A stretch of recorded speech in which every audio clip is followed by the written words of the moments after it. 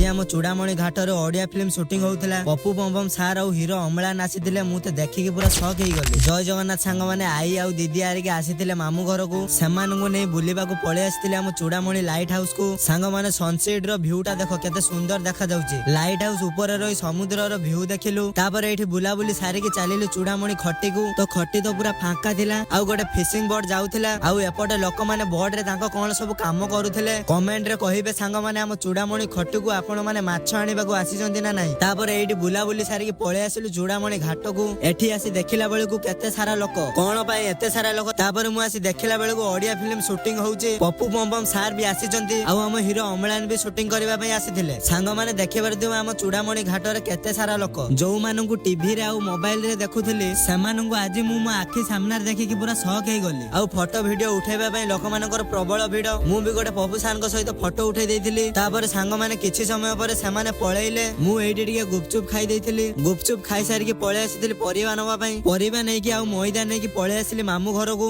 आज मामू घरे हेइथिला एमिति किछि पिठा। सांग माने टिके कमेंट रे कहिबे एई पिठार ना कोन। आउ सांग माने हम चूड़ामणि ले फिल्म शूटिंग होउची केते बड़ कथा। आउ किए किए पप्पू सान सहित देखा करि टिके कमेंट रे कहिबे। सांग माने वीडियोटा जदी भलो लागिदिबो ताले फॉलो सब्सक्राइब करि देबे। रहिली जय जगन्नाथ।